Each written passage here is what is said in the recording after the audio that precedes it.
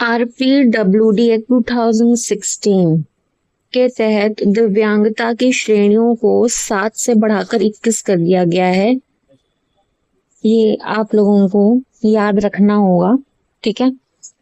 PWD में total 7 disabilities थी and RPWD में कितनी है 21, ठीक है। ये नंबर आपको याद रखना होगा कि इसमें कितनी डिसेबिलिटीज हैं।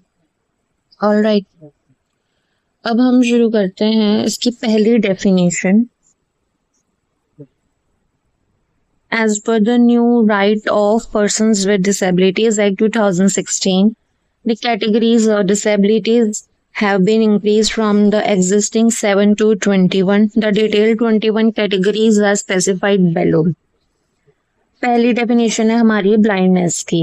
A condition where a person has any of the following conditions after best correction: total absence of sight, visual acuity less than 3/60 or less than 10/200 Snellen in the better eye with the best possible correction, limitation of the field of vision obtaining an angle of less than 10 degrees. जब कोई व्यक्ति पूरी तरह से देखने में असमर्थ हो तो उसे इस श्रेणी में रखा जाता है। इसके तहत ये शर्तें आती हैं। पहला है टोटल ब्लाइंडनेस, ठीक है। इसमें क्या होता है, आंखों से बिल्कुल भी दिखाई नहीं देता, ठीक है। तो सेकंड है जिसको हम कहेंगे विजुअल एक्विटी। इसको बेहतर आंख की रोशनी 3/60 या 10/200 से कम होती है इसमें। और जो लास्ट है फील्ड ऑफ विजन, देखने का दायरा सिमटकर 10 डिग्री से भी कम रह जाता है इसमें, ठीक है। फिर आते हैं लो विजन पे। A condition where a person has any of the following conditions, namely first is visual acuity not exceeding 6/18 or less than 20/60, up to 3/60 or up to 10/200 Snellen in the eye, better with best possible corrections. Limitation of the field of vision obtaining an angle of less than 40 degrees up to 10 degrees. इसमें व्यक्ति पूरी तरह अंधा नहीं होता, लेकिन चश्मे या इलाज के बाद भी उसकी नजर बहुत कमजोर होती है। आंखों की रोशनी 6/18 से लेके 3/60 या 20/60 से 10/200 के बीच होना। देखने का फील्ड ऑफ विजन सिर्फ 40 डिग्री से घटकर 10 डिग्री तक सीमित रह जाता है, ठीक है। अब आते हैं अगली डेफिनेशन पे जो है leprosy cured persons.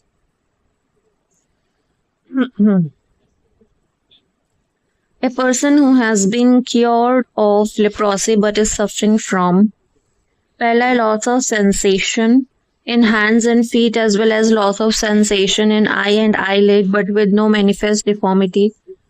Second is manifest deformity and paralysis but having sufficient mobility in their hands and feet to enable them to engage in normal economic activity.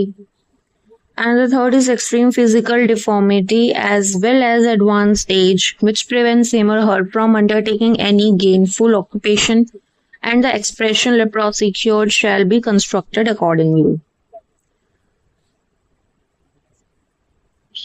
वो व्यक्ति जो कुष्ठ रोग का मतलब होता है लेप्रोसी क्योर्ड पर्सन से ठीक हो चुका हो लेकिन उसके शरीर पर कुछ स्थायी असर रह गया हो।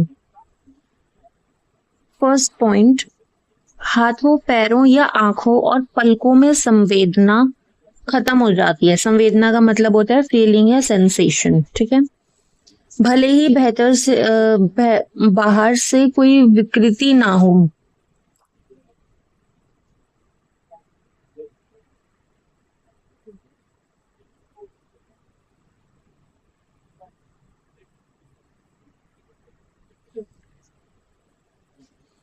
दूसरा आता है शरीर में विकृति या कमजोरी होना। विकृति का मतलब है डिफॉर्मिटी, कोई या कमजोरी होना, लेकिन हाथ पैर इतने चलते हों कि वह सामान्य आर्थिक गतिविधियां या कामकाज कर सकें। थर्ड है गंभीर शारीरिक विकृति और बुढ़ापे के कारण कोई भी कमाने वाला काम ना कर पाना। ठीक है, अब आएंगे फोर्थ डेफिनेशन पे, जो कि है हियरिंग इम्पेयरमेंट की, deaf and hard of hearing. Hearing impairment can be classified as सुनने की क्षमता का गंभीर रूप से कम होना। इससे दो भागों में बांटा गया है, पहला है डेफ और दूसरा है हार्ड ऑफ हियरिंग। पहला डेफ यानी बहरा, दोनों कानों में बातचीत। Deaf means persons having 70 decibels hearing loss in speech frequencies in both the ears. दोनों कानों में बातचीत की आवाज सुनने की क्षमता में 70 डेसिबल्स का नुकसान होना। सेकेंड है hard of hearing means a person having 60 decibels to 70 decibels hearing loss in speech frequencies in both the ears. मतलब दोनों कानों में 60 डेसिबल से 70 डेसिबल्स तक का हियरिंग लॉस होना। अब हमारी अगली डेफिनेशन आती है, जो कि है लोकोमोटर डिसेबिलिटी की। A person's inability to execute distinctive activities associated with movement of self and objects resulting from affliction of muscles, musculoskeletal और नर्वस सिस्टम और बोथ। हड्डियों, जोड़ों या मांसपेशियों की ऐसी समस्या जिसकी वजह से व्यक्ति को खुद चलने फिरने या किसी वस्तु को उठाने हिलाने में बहुत परेशानी होती है। यह नर्वस सिस्टम या मस्कुलोस्केलेटल सिस्टम में खराबी के कारण होता है। सिक्स्थ आता है ड्वार्फिज्म यानी बौनापन। ए मेडिकल और genetic condition resulting in an adult height of 4 feet 10 inches 147 centimetre और लेस। यह एक मेडिकल या जेनेटिक स्थिति है जिसके कारण किसी वयस्क की कुल लंबाई 4 फीट 10 इंच या उससे कम रह जाती है। 7th definition intellectual disability, a condition characterized by significant limitation both in intellectual functioning, reasoning, learning, problem solving, and in adaptive behavior which occurs at the range of everyday social and practical skills. ऐसी स्थिति जिसमें व्यक्ति को समझने, सीखने, तर्क करने और समस्या सुलझाने की क्षमता सीमित हो जाती है, साथ ही वह रोजमर्रा के सामाजिक और व्यवहारिक काम सामान्य रूप से नहीं कर पाते। फिर है हमारी 8th definition mental illness, a substantial disorder of thinking, mood, perception, orientation or memory that grossly impairs judgment, behaviors, capacity to recognize reality or ability to meet the ordinary demands of life, but does not include retardation, which is a condition of arrested or incomplete development of mind of a person, specially characterized by a subnormality of intelligence. ये सोचने, mood, धारणा, याददाश्त या दिशा ज्ञान का एक गंभीर विकार है। इससे इंसान का व्यवहार, वास्तविकता को पहचानने की क्षमता और जीवन की सामान्य मांगे पूरी करने की कैपेसिटी बुरी तरह प्रभावित होती है। नेक्स्ट है autism spectrum disorder, a neurodevelopmental condition typically appearing in the first 3 years of life that significantly affects a person's ability to communicate, understand relationships and relate to others, and is frequently associated with unusual and stereotypically rituals or behaviors. ये एक neuro developmental स्थिति है जो आमतौर पर बच्चे के शुरुआती 3 साल में दिखने लगती है। इससे बच्चे की बातचीत करने, दूसरों से संबंध बनाने और समाज में घुलने मिलने की क्षमता प्रभावित होती है। ऐसे बच्चे अक्सर एक ही तरह के व्यवहार या काम को बार बार दोहराते हैं। 10th है cerebral palsy, a group of non-progressive neurological condition affecting body movements and muscle coordination caused by damage to one or more specific areas of the brain, usually occurring before, during or shortly after birth. ये नसों की जुड़ी एक ऐसी गैर प्रतिशील बीमारी है जो शरीर के मूवमेंट और मांसपेशियों के तालमेल को प्रभावित करती है। ये जन्म के पहले, जन्म के समय या तुरंत बाद बच्चे के मस्तिष्क को नुकसान पहुंचाने का कारण होती है। 11th, muscular dystrophy, a group of hereditary genetic muscle disease that weakens the muscles that move the human body. Persons with multiple dystrophy have incorrect and missing information in their genes, which prevents them from making the proteins they need for healthy muscles. It is characterized by progressive skeletal muscle weakness, defects in muscle proteins, and death muscle cells and tissue. ये एक अनुवांशिक यानी hereditary बीमारी है जिसमें इंसान के jeans में गलत या अधूरी जानकारी होती है जिससे शरीर जरूरी प्रोटीन नहीं बना पाता। नतीजा ये होता है कि समय के साथ शरीर की मांसपेशियां लगातार कमजोर होती जाती हैं और उनके सेल खत्म होने लगते हैं। Next is 12th, chronic neurological conditions such as first is multiple sclerosis, an inflammatory nervous system disease which affects the ability of nerve cells in the brain and spinal cord to communicate with each other. Nervous system से जुड़ी पुरानी और गंभीर बीमारियां जैसे कि पहला है मल्टीपल स्क्लेरोसिस।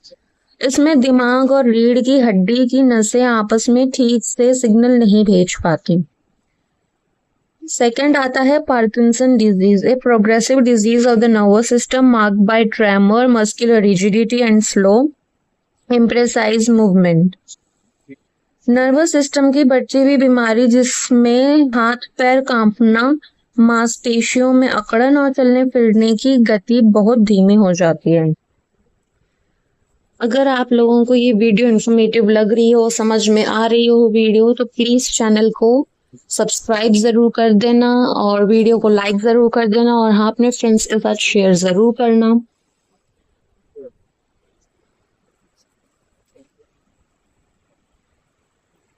नेक्स्ट हम बात करेंगे स्पेसिफिक लर्निंग डिसेबिलिटी की।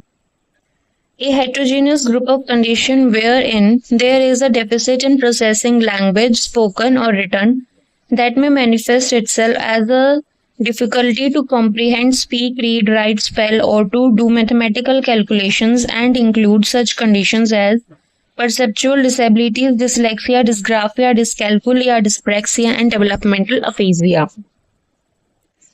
पढ़ने लिखना समझने से जुड़ी एक क्षमता है। इसमें व्यक्ति का दिमाग भाषा को ठीक से प्रोसेस नहीं कर पाता जिससे बोलने, पढ़ने, लिखने, स्पेलिंग याद रखने या गणित के सवाल हल करने में दिक्कत आती है। इसके उदाहरण है जैसे डिसलेक्सिया। डिसलेक्सिया में बच्चे को पढ़ने की दिक्कत होती है, मतलब वो पढ़ नहीं पाता। फिर है डिस्ग्राफिया, लिखने में दिक्कत, जो बच्चे लिख नहीं पाते उनको डिस्ग्राफिया होता है। और डिस्कैलकुलिया, जिनको गणित में यानी मैथ्स में प्रॉब्लम होती है। फिर आएंगे 14 नंबर पे multiple sclerosis, an inflammatory nervous system disease in which the myelin sheaths around the axons of nerve cells of the brain and spinal cord are damaged, leading to demyelization and affecting the ability of nerve cells in the brain and spinal cord to communicate with each other. यह एक ऐसी बीमारी है जिसमें दिमाग और रीढ़ की हड्डी के नर्व सेल्स के चारों तरफ की सुरक्षा परत नष्ट हो जाती है। इस वजह से नसें आपस में ठीक से संवाद नहीं कर पाती।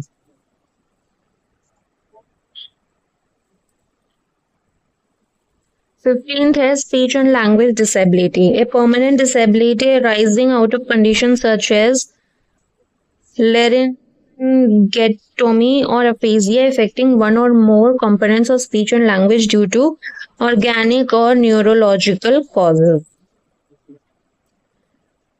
Laryngectomy या अफेजिया जैसी जैविक या न्यूरोलॉजिकल समस्याओं के कारण बोलने और भाषा को समझने की क्षमता में हमेशा के लिए खराबी आ जाती है। 16th, a group of thalassemia, a group of inherited disorder characterized by reduced or absent amount of hemoglobin. ये खून से जुड़ी एक अनुवांशिक बीमारी है जिसमें शरीर में हीमोग्लोबिन की मात्रा बहुत कम बनती है या नहीं बनती। इसके मरीजों को बार बार बाहर से खून चढ़ाना पड़ता है। Haemophilia, an inherited disease usually affecting only males but transmitted by women to their male children, characterized by loss or impairment of the normal clotting ability of blood so that a minor wound may result in fatal bleeding. ये भी एक अनुवांशिक बीमारी है जो आमतौर पर पुरुषों को होती है लेकिन महिलाओं द्वारा उनके बच्चों में फैलती है। इसमें खून का थक्का यानी क्लॉटिंग बनने की क्षमता खत्म हो जाती है जिससे एक छोटी सी चोट लगने पर भी जानलेवा ब्लीडिंग हो सकती है। 18th, sickle cell disease, a hemolytic disorder characterized by chronic anemia, painful events and various complications due to associated tissue and organ damage. Hemolytic refers to the destruction of the cell membrane of red blood cells, resulting in the release of hemoglobin. ये खून से जुड़ा एक गंभीर विकार है जिसमें red blood cells का आकार सिकल जैसा हो जाता है। ये सेल्स जल्दी नष्ट होने लगते हैं जिससे वे शरीर में खून की भारी कमी, तेज दर्द और अंगों को नुकसान पहुंचता है।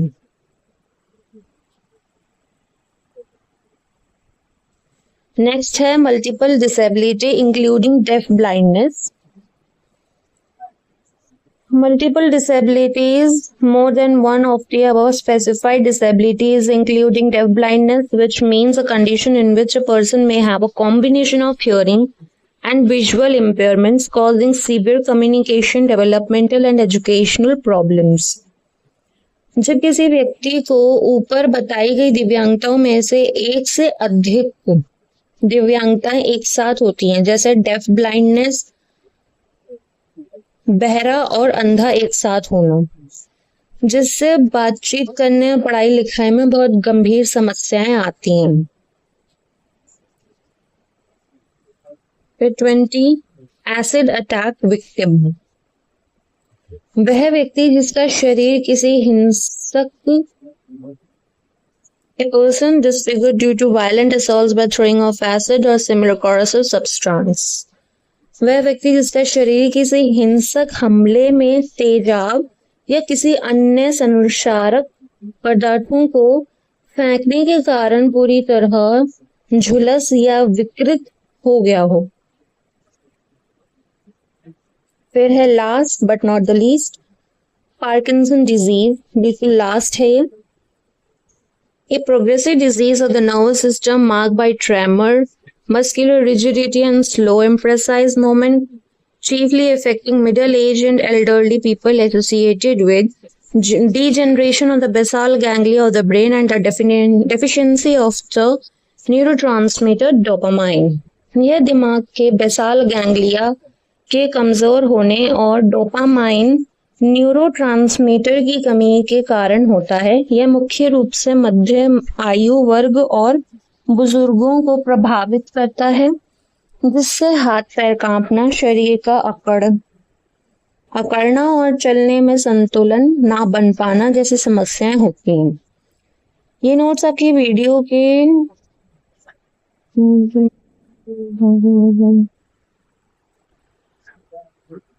ये हमारी आज का सेशन यहीं पे खत्म होता है। ये था आपका RPWD का इजी लैंग्वेज में सारी की सारी डिसेबिलिटीज मैंने आपको यहाँ पर डिफाइन करवा दी हैं, सब अच्छे से समझा दिया है। फिर भी कोई डाउट है तो कमेंट सेक्शन में जरूर बता देना, मैं उसके ऊपर एक शॉर्ट वीडियो ले आऊंगी और आपको समझा दूंगी। एंड जाने से पहले चैनल को सब्सक्राइब ज़रूर कर लेना ताकि जो भी वीडियो चैनल पे डलेगी उसका नोटिफिकेशन आप लोगों तक पहुंच जाए। एंड वीडियो अच्छी लगी हो तो वीडियो को लाइक ज़रूर कर देना और अपने फ्रेंड्स के साथ शेयर ज़रूर करना। थैंक यू, मिलते हैं नेक्स्ट वीडियो में।